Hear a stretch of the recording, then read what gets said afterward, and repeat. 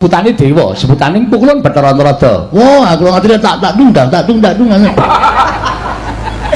Iya, Bagong, slamet tekaku ning Sambikala. Kita ngaturke bekti ulun tampa pangestu ulun tampanana. Kula pun ulun ya, Pak. Ulun ki wah iki angel iki nek ndelangi iki nek SDM rendah ning dhek sing SDM rendah dhewe. Ulun ki aku. Wah, kowe ulun, ha Petro? Lho, aku ya ulun. Wah, kowe rombongan ulun. Berarti kowe karo iki padha sak geng. Ora.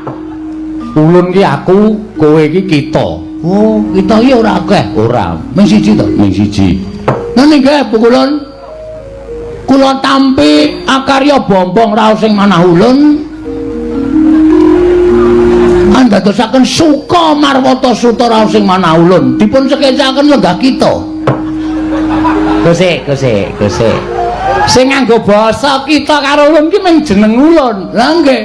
Kula nggih ngertos. Iya ning kita ora sah nganggo. Wah, wis ditukokke kok ora dienggo. Aja ngono, Bagong, aja gawe bingung ulun ya, Bagong. Ya wis ngono kuwi wae ya. Ah, ra ngono malah jelas. Pukulun ngaturaken bekti kula kunjuk. Iya, nala gareng ulun tampa. Pukulun ngaturaken bekti kula kunjuk. Ya, Petruk ulun tampa Pangestu ulun tampanana ya, Petruk. Kula pundi nggo jimat paripin dayana ning kasantosan. Wonten menapa kita rawuh wonten ing ngarsa ulun, Pukulun? Ben mengke wae ngono. Aku cah cerdas e. Ah iya. Bener to? Bener wis. Pukulun ngaturi prasaja kalian panjenengan ulun. Indra piye iki? Iya lali Bathara Indra. Bagong piye? Kula ngaturaken bekti kula kunjuk Bathara Indra. Iya, ulun tampa. Pangestu ulun tampanana. Oh nggih. Wah mesake sampean sakniki dhewe. Lho, dhewe piye? Saplose dono kali kasino mati niku. Indra pun mboten main film. Sabar lho, Ndra, sabar. Bagong iki pancen bocahe kaya ngene iki. Nek ora tatak tanggo-tanggon atimu, mungsuh Bagong iki ketekuk-tekuk kowe nggo. Iya, Bagong aku ijen. Oh nggih. Damel grup melih. Ora. Wis ora, Bagong. Wah nggih sampun. Kita atur bekti ulun tampa pangestu ulun tampanana. Kula pundi enggo jimat paripin dayana ing kasantosan. Wonten wigaton menapa pukulan Bathara Antarada panjenengan kita pukulan rawuh wonten ing wana merpeki anggen kula nglakoni tapa brata semedi maladining. Ha iki ngene Bagong. Nggih pripun? Prata ulun kuwi ora saka pikajengan utawa saka karsa ulun pribadi kuwi ora. Nanging ulun iki diutus dening Sang Hyang Jagat Giri Pratingkah supaya merpeki lawan jeneng kita. Sinten niku Sang Hyang Jagat Giri Pratingkah? Bathara Guru. Hah? Bathara Guru.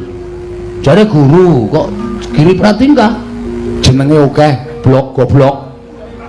Jenenge pirang-pirang Sang Hyang Jagat Giri Pratingkah, ya Sang Catur Boja, ya Manik Maya, ya Jati Murti, ya Purwakanda lan sak piturute kuwi jenenge akeh.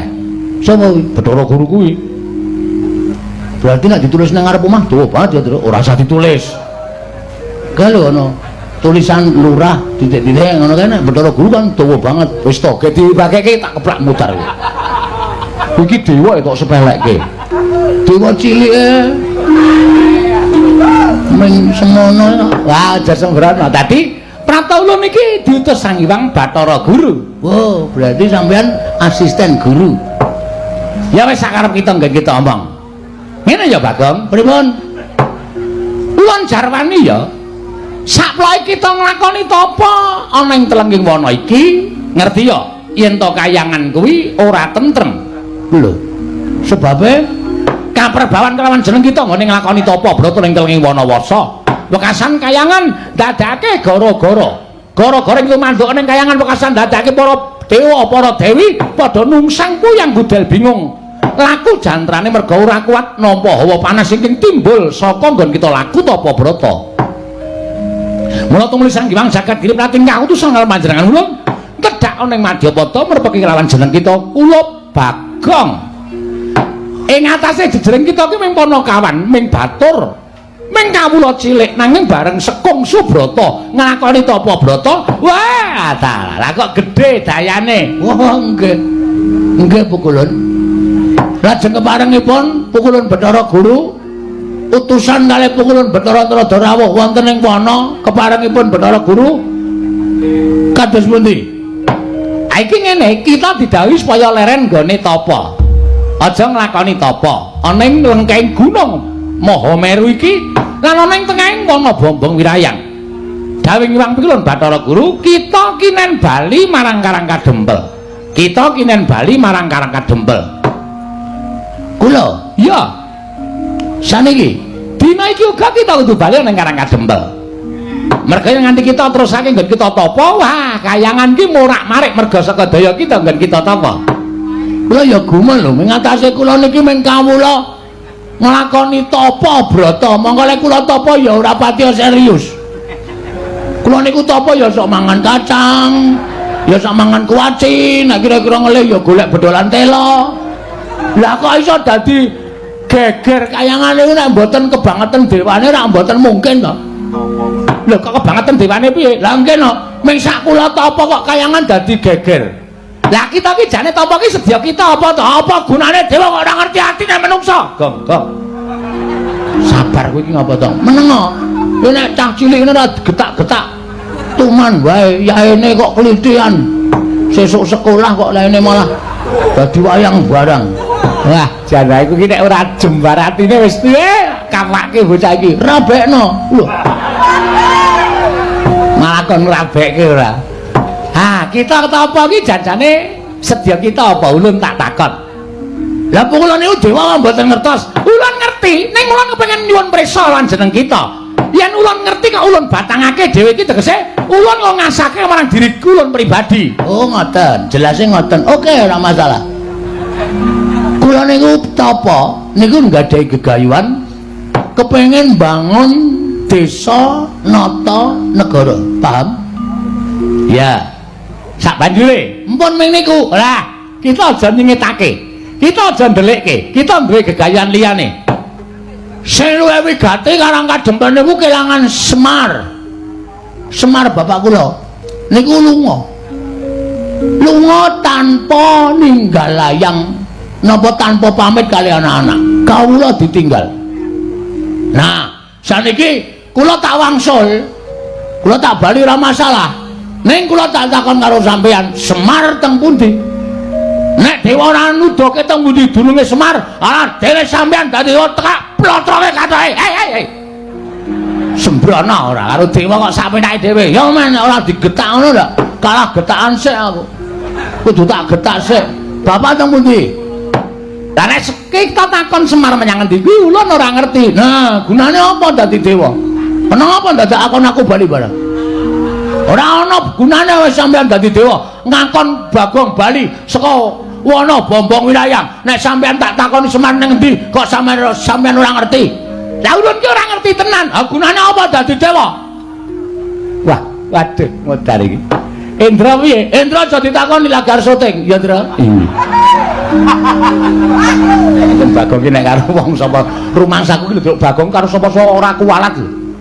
Bagong iki waton ledan ngono kuwi dadi apa-apa ki tawar. Apa kok mung dewa ndaratane tak uyuhe ora apa-apa kok. Mung dewa. Santai aku. Kon mang takon. Kok mang takon? Mang wangsuli. Bapak nendi? Wah, terunduru tenan iki. Lah iki ana dewa kok kerepotan. Ora repot ning takon sak nyatane.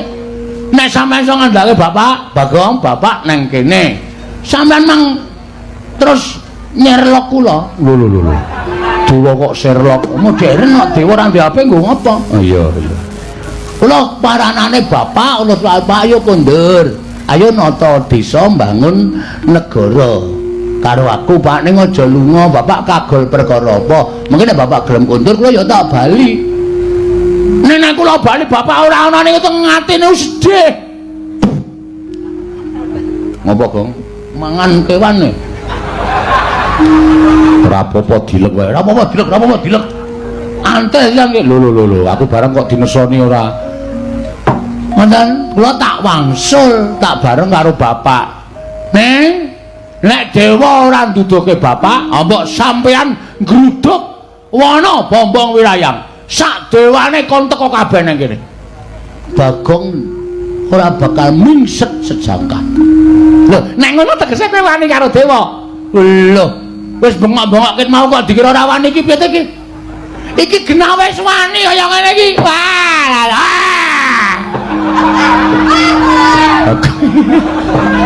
Wong cetok ditandang omahe. Papa pong ngono kowe. Papu bang. Awake kumun. Kaya dadi ora kuwalat ngono lho. Lah cilaka tenan nek carane kaya ngene iki, ha? Jan. Ha iki terus aku lek golek bapakmu nendi? Ha bapak diatur kondur sik teng Karang Kadempel. Nek bapak mboten kondur teng Karang Kadempel, yakin kula ora bakal bali. Lah nek kita ora gelem bali, ula ning ngruda paripeksa. Weh, kena pasal kowe. Loh. Pemerkosaan itu dilarang oleh negara. Ngruda paripeksa kuwi padha karo pemerkosaan. Bagong rasa tak perkosa. Aku pasrah. Ah. Bodoh wae ora kok malah aku pasrah ora. Ngono. Ngruda paripeksa karo Bagong nuwun sewu. Rawe rantas malang tak putung.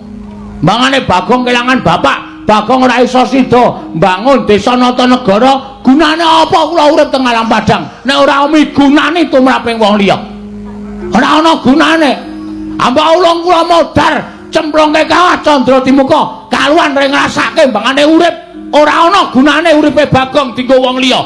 Ora ana gunane Bagong urip ning alam padang pukulun Bathara. Sapa kowe?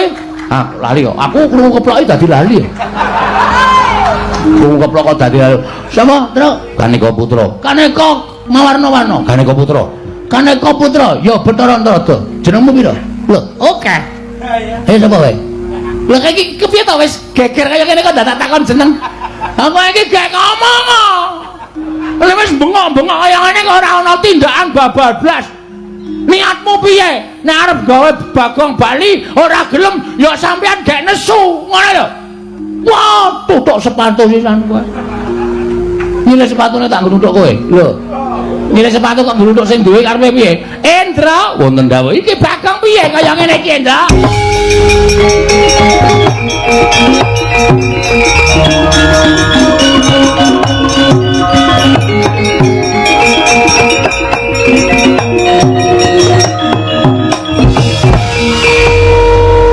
Menungso ratatanan panos maning jajaran sekertane baune iblis lanat Bagong. Nun. Kowe ngerti? Iwang Pikul Narada kuwi sapa? Maksude Iwang Pikul Narada kuwi sembaning para dewa. Kami tuwaning dewa. Oh, Modin. Udu. Kami tuwaning dewa kuwi dewa sing sepuh dhewe. Selagine para dewa wae wedi karo Iwang Pikul Bathara Narada kok kowe nyamah marang asmaning Iwang Pikul Kaneka Putra. Apa tegese kowe bakal ngembari marang panguwasaning para Jawata? Boten ajeng nyamah. Ning nuwun sewu, kabeh niku kudu ming sak traju. Nek akon wong mule kula dikon bali niku gampang. Kula bakale bali, ning kula ya iso ngaturke syarat. Kula ya dikeparengake ngaturke syarat. Syarate waton dewa iso nemokke Bapak Semar, kula tak mule. Yakin kula ora arep wani karo dewa. Ning nek Bapak Semar ora ketemu, anggen nyuwun ngapunten kula ya ora gelem bali. Yen ora gelem bali kowe wani karo dewa. Nuwun sewu apa dewa ki ora entuk diwaneni ya. Apa dewa iki ora entuk diwaneni? Dewa ya menungsa lho, Mas. Dewa ki mung ora kedunungan pati, mung iso ngrasake lara, isih iso mangan, isih iso ngombe. Dewa ki dadi kapercayaning sing gawe urip nggo niti priksa marang mobah musing para titah. Aja dianggep dewa iki dhuwur dhewe derajate terus menang idak-idak wong cilik kaya Bagong ngene iki. Wah, aku kok merinding, Truk. Lambene turah kok wis aku yo tap-tapan terus. Ngono. Do mundur nek rawani, rasa do melu-melu. Lah, kowe nanti aku ora arep lunga. Iki bungkusanku. Arep dibuka iki rumangsaku aku malah bingung musuh Bagong. Pancen tak gawe bingung terus karep sampean pripun? Yen ngono kowe ora gelem bali. Mboten. Yen ngono kowe wani karo dewa, mboten ajeng wani. Ning kudu dewa ya iso nuruti karepe Bagong. Ora mung kudu karepe sampean sing dituruti. Niku kudune ora adil. Sampean niku piyais ning dhuwur, lenggah ning dhuwur. Sampean ya iso kudu nuruti kawula cilik kaya kula tak nuruti karepan sampean. Niku jenenge imbang. ora sampean tok sing dituruti ning sampean ra nuruti karepe kawula cilik niku mboten apik niku ora iso manunggal. Pinter tenan kowe. Apa kowe? Plembungke sisan kowe. Dewa arep diplembungke ora kecekel dope. Goleki aja. Ngerti aku dope padake. Angger cah semono ki dope mesti cilik. Ngonten niku adile. Saiki ngene, kowe gelem bali apa ora? Mboten. Kula gelem bali nek Semar ya bareng bali nang Karangkadempel. Nek ora gelem bali aku ingkang ruda paripeksa karo kowe. Nek kula diruda paripeksa carane cacing niku kepidak menungso ngolet ora ngrasake lara. Ning butuh males karo sing midak. Monggo cacing niku ora duwe perasaan. Nek sampeyan ajeng mula asara karo Bagong, kula menungso. Kula niku titah dimenehi perasaan. Nek nganti kula ngrasake lara, nek kula males karo sampeyan, sampeyan aja lara ati. Metu njaba. Piye? Metu njaba.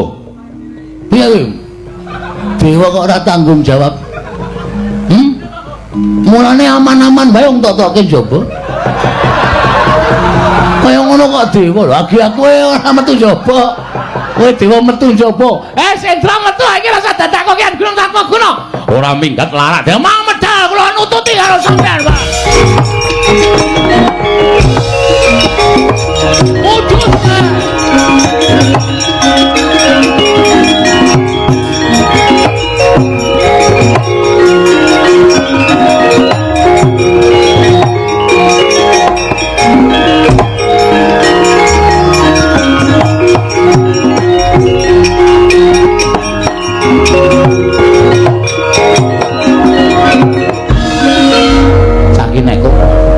Kowe nantang dewa ngono kuwi apik apa piye? Kowe iki ameng-ameng nyawa uripmu, Gong. Kowe padha karo anguk-anguk kawah Candra Dimuka lho, Gong.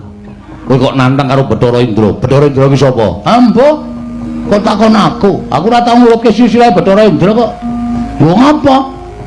Bathara Indra ki putrane Bathara Guru sing nomor 4. Nek kulane karo Bathara Indra, nek nganti Bathara Indra ki ngajak kanca-kancane ruwang-ruwange dewa ngeroyok karo kowe piye? Mongko ana dewaning geni, ana dewaning banyu, ana dewaning angin, ana dewa sing tukang jabut nyawa. Aku ora wedi. Wis ta? Lah padha ngruyuk karo aku ora masalah, Truk. Tenan kowe ora kuwatir karo aku, santai wae. Santai. Tak pethone nek kowe ora gelem ngewangi tak pethone dhewe. Wis ta? Kowe siap-siap wae gareng bedah bumi. Lho. Petro ngabari tangga separo, kon ngopo? Omong nek aku mati ngono wae. Aku iki wani kok ming pamit mati iki njur kekuatanmu nendi? Nek ya kuwi. Nun sewu ora ana ala tumomo ning becik. Wis to, yakin. Kuwi kaya ngono kuwi digondheli wae. Ngono. Wong tumindak ala ora bakal tumomo ning becik. Wis to. Dadi aku tumindak kaya ngene iki aku mbelani karo bapak, aku mbelani karo kawula Karangkadempel, mbelani karo kawula negara Ngamarta sing pengin tak tata lan kepengin tak bangun. Mula tak anggap niatku ki apik. Nek dewa mudhun ngagro-agro kekarepane Bagong ki padha karo dewane sing arep ngisro karo aku. Lah saiki mung kari gumantung lehmu nintingi sing bener sapa, sing luput sapa. Kowe saiki wong tuwa iso milahke. Nek sing tok arane bener aku ora usah kuwatir, bener ki ora bakal kalah. Ya sak karepmu ning aku ora ngewangi. Aku ora butuh tok ewangi kok. Kowe iki ora ndek kekuatan kok. Wis tanganmu ceko, sikilmu becik, matamu kira, matamu kuwi. Nek kakane kok matane kira ora. Ora, kowe iki ngewangi ya ora ana apa jenenge iki, apa undakane apa-apa. Nek Petro kuwi ngewangi karo ora iki aku rumangsa ana kekurangane. Kowe ngewangi ra, Tru? Aku wedi karo dewa kok. Hah? Aku wedi karo dewa. Alah dene le gagah. Wanine ngeplaki sirahe bojone. Nek karo wong padha-padha lanang kok ora wani. Ngono kok. Walah. Ana tuku daster kono. Gek rok-rokan wae ngono. Karo dewa kok ora wani. Kowe wani apa, Gong? Sing tak wedeni apane? Terus iki piye? Tak wethuke, ora usah kuwatir. Kowe do ngasuh ngono. Iya. Ngasuh ya? Iya. Engko nek kowe mati, aku gotong nggo bali. Oh iya. ngono wae pakaryanmu. Nek aku menang kowe melu gleleng. Oh iya. Penak ta? Heeh. Ora rekoso terus kepenak lemu tumandang. Ya. Kono gareng mulih kono. Nek kowe mati, Wis ora usah mikir aku mati. Wis to, ora nek mati. Aku nek mati yakin wis to, wis ora usah kuwatir. Ora tekan 40 lemu nylameti. mergane Hitung dinane kowe wis nusul aku, Ren. dengkulmu mlocot. Ngedeg-degi senengane. Wah, tratap aku ora. Ya sing ati-ati ya, Gong. Wis ora usah kuwatir, pethoke dewa-dewane terus. Ya.